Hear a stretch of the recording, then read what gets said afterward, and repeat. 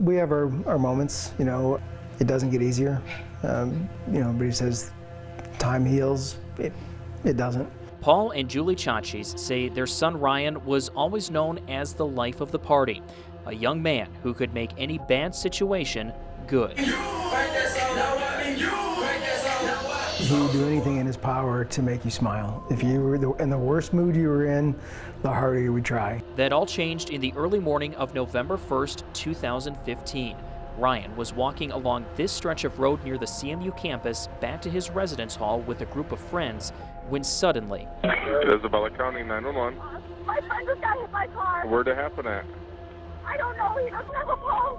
Okay, he doesn't have a pulse? He doesn't have a pulse. I didn't do one and there's not. He's All right. back from the party and I just hit him in a car. So do you know who hit him? Oh my God, please. We're getting everybody on the way. About 2:45, we got the knock on the door. And then I looked at who it was, and I just told him, I'm like, oh my gosh, I was initially in denial. I opened the door, and they asked if we were the parents of Ryan Tsatsos, and I said something like, is somebody in jail? Is anybody hurt? And they said, can we come in? And that's when I noticed the chaplain was with them. Paul and Julie lost their older son, Daryl, in a crash just months earlier. Friends say Ryan died a hero, pushing a girl out of the way of the oncoming car before it hit him. Tips began coming into state police shortly after. They believe the vehicle that hit Ryan was a dark metallic blue color and likely had damage on the passenger side. Paul and Julie also traveled to Mount Pleasant shortly after the hit and run to make a direct appeal for tips. So I'm pleading with you, whoever did this, to please come forward.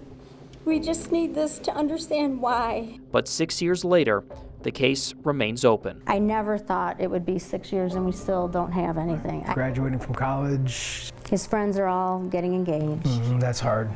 That's really hard. That's very hard. Going to weddings is torture.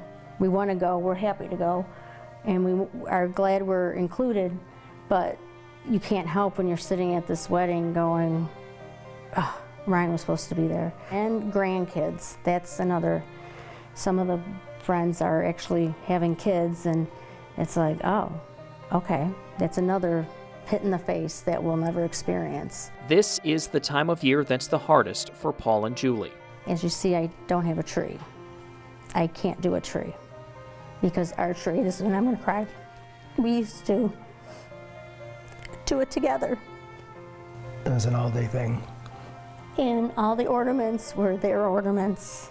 And they believe someone out there knows something that could finally help solve their son's case. Someone knows something. I do believe that, 100%. Someone knows something. And how that person even can live with their conscience knowing they know of something and staying quiet, or they don't want to come forward because they're afraid. To me, there's nothing to be afraid of.